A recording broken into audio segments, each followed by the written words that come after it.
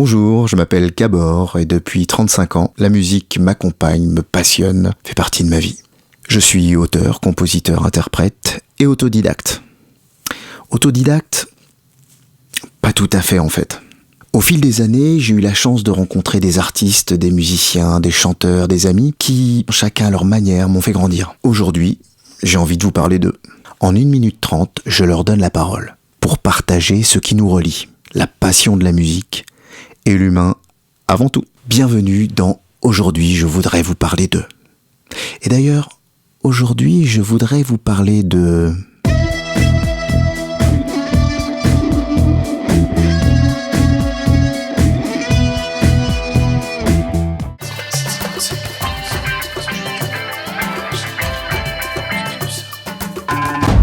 J'ai rencontré Gabor en 2017 pour l'ouverture de la Maison pour tous des Coteaux à Noisy-le-Grand. C'était un plein renouvellement professionnel pour moi, plein de nouveautés et plein de belles rencontres.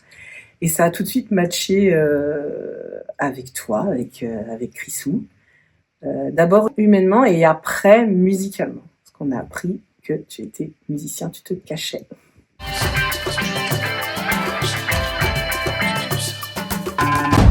Je pense que c'est une question un peu bateau pour tous les gens qui font de la musique et qui aiment la musique. Je pense qu'on baigne dedans à un moment ou à un autre. Moi, dans ma famille, j'ai une grande famille. En fait, j'ai pas de musicien, mais tout le monde chante tout le temps. Dans les soirées, dans les apéros, dans les repas, il y a de la musique. Tout le monde chante à tue-tête, avec entrain, avec passion, avec beaucoup d'alcool aussi des fois. Mais je pense que c'est ça qui m'a vraiment donné envie de faire de la musique, c'est que j'ai baigné dedans depuis toute petite.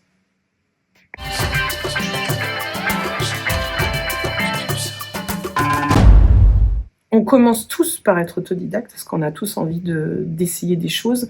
Après, moi, j'avais très très envie de savoir lire la musique, de maîtriser pas mal de choses. Donc, je suis moins autodidacte que toi, c'est sûr. On va dire peut-être que j'ai moins de mérite aussi.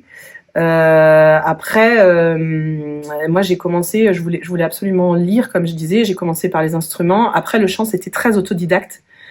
Et après, avec des profs que je connaissais très bien, qui m'ont beaucoup encouragée en fait à prendre des cours de chant pour poser ma voix, voir les techniques, etc. pour améliorer ce que je savais déjà. Donc, on commence autodidacte, mais pas tout. Moi non. Après, je suis vite allée vers quelque chose où j'avais besoin de quelque chose de structuré et qu'on me montre les voies pour après épanouir la musique comme je le souhaitais.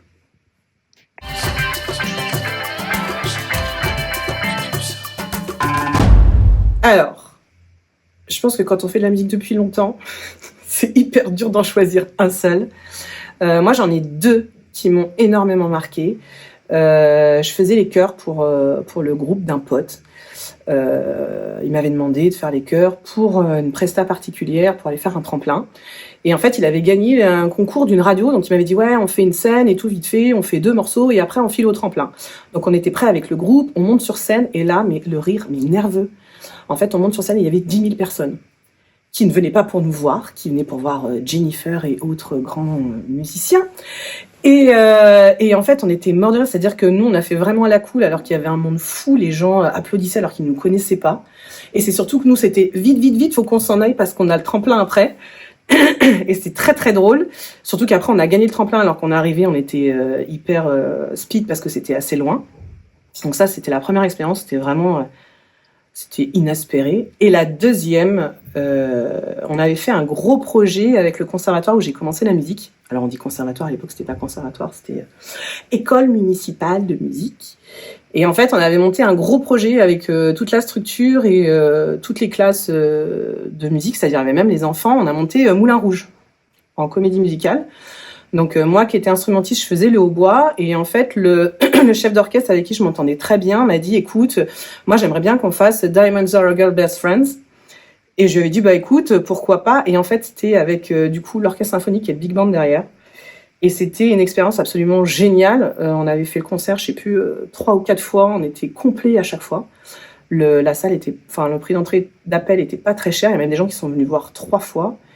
Et c'était juste exceptionnel d'avoir cette espèce de de pousser derrière instrumental et musique et qui envoie. En plus, c'était très drôle parce que du coup, donc je faisais le rôle d'une prostituée et donc j'avais une robe très très décolletée avec une jupe assez courte et des barésies. Et donc mes parents étaient dans la salle et en fait, il y a un moment, je fais comme ça avec ma robe et en fait, on voyait le haut des bas. Et du coup, mes parents m'expliquaient qu'après, c'est votre fille. Oui, c'est ma fille avec les bas. Mais sinon, elle a chanté quand même un peu. Donc c'était très drôle parce qu'en fait, ceux qui étaient tout devant, ils voyaient tout sur la robe. Et puis moi, j'y allais comme il fallait, comme tu me connais, en y allant la grosse drama queen. Diamonds are a girl's best friend. Et avec les cuivres derrière, c'est absolument génial, vraiment génial.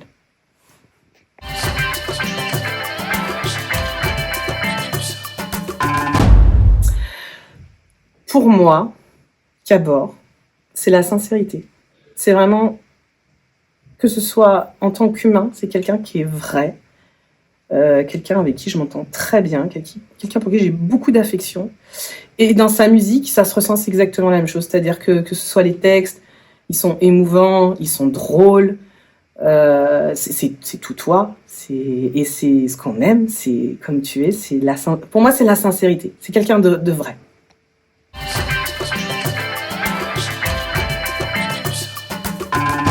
Pour moi, la musique, c'est quelque chose qui permet de passer toutes les émotions possibles. Alors, dans le chant, d'autant plus facilement, mais pour moi, c'est vraiment l'ascenseur émotionnel. On va passer par quelque chose de très triste, quelque chose de dépressif, à quelque chose qui explose de joie, d'amour, de passion. C'est la passion, mais c'est l'ascenseur émotionnel.